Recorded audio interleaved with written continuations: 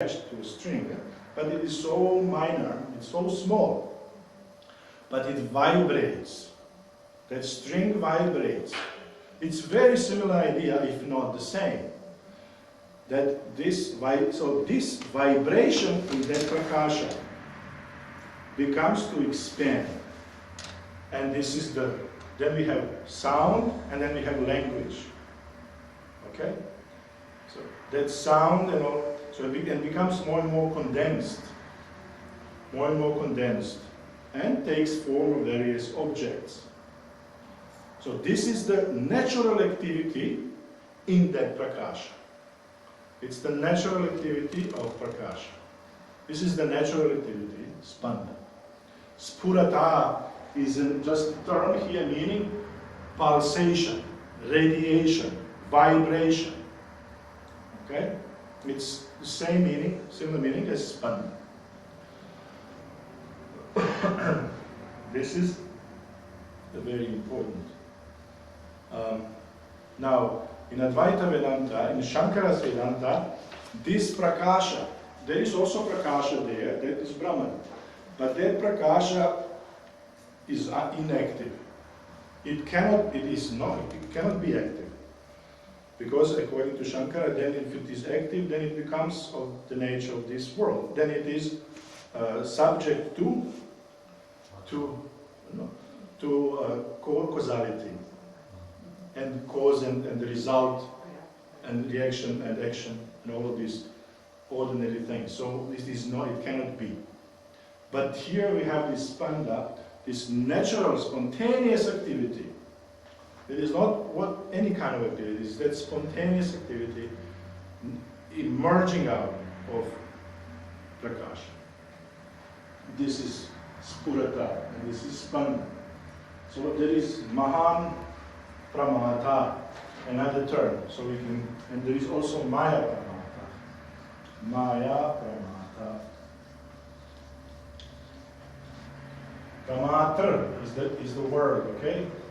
Pramatr. This is the word. Pramata is nominative singular. Pramata.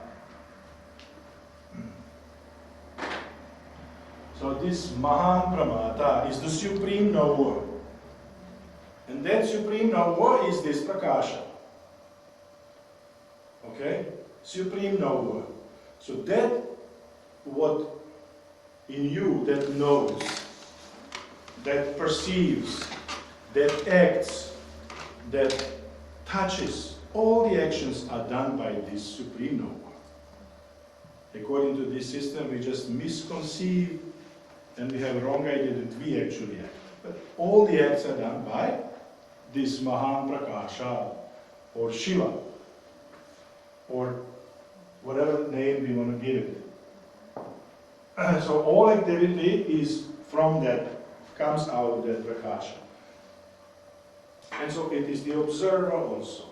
It also observes all action. It is always there. It is always present in all the change. Actually, reality, according to this system, unlike in Advaita Vedanta,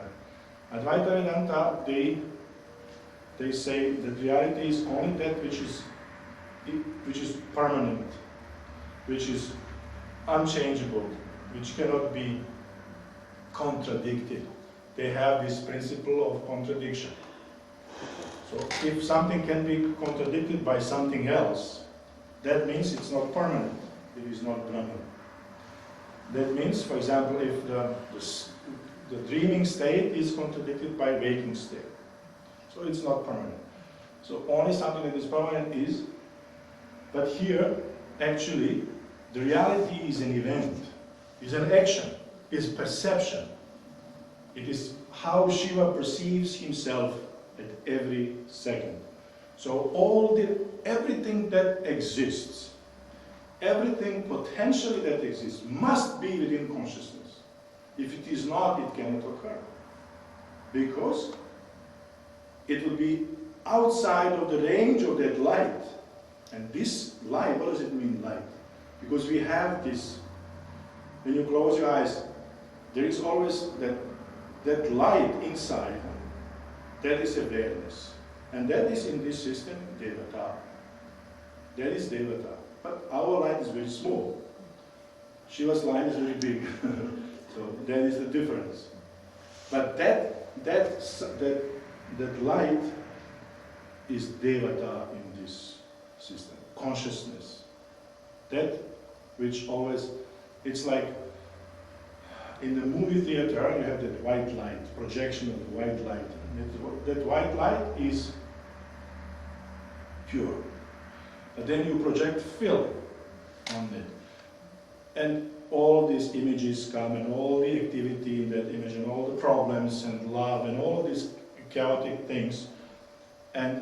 But behind that is all that pure light. In the same way, here, in our experience, there is this pure, transparent light, prakasha, in the background of all.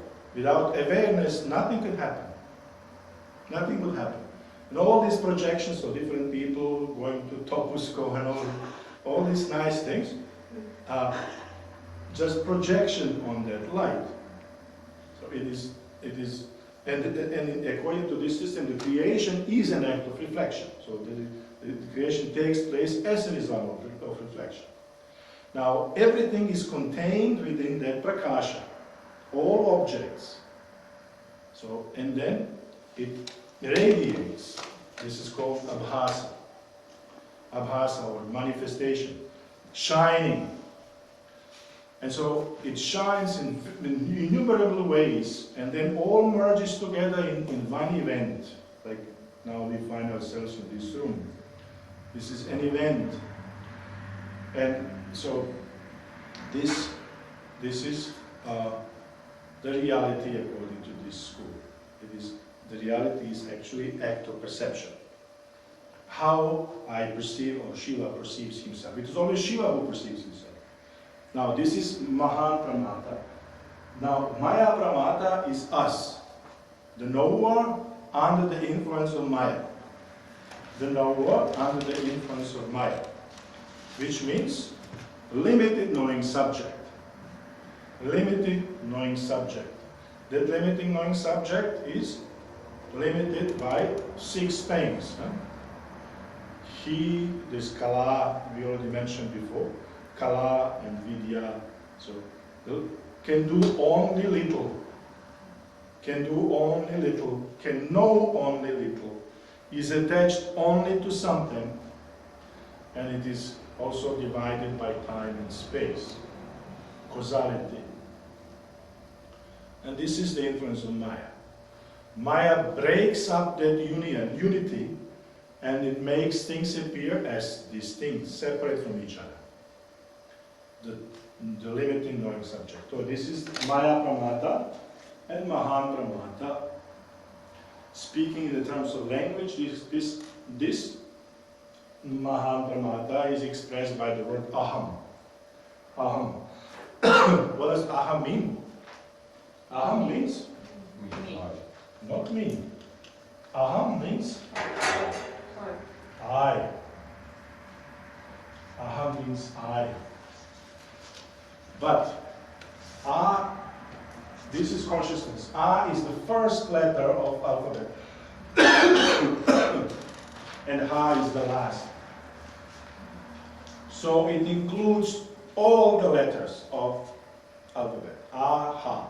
And then ends with Bindu. This is the natural. Ends with Bindu, with a dot. So everything comes back to that point. Now, that means that our consciousness consists of only of these letters, 50 letters of Sanskrit alphabet. And everything else is the combination of these different letters. So this is pen, this is telephone, various combination of these letters. Okay, so this is Mahan Pramata and Maya Pramata. Now let's go back to the text and see what he says.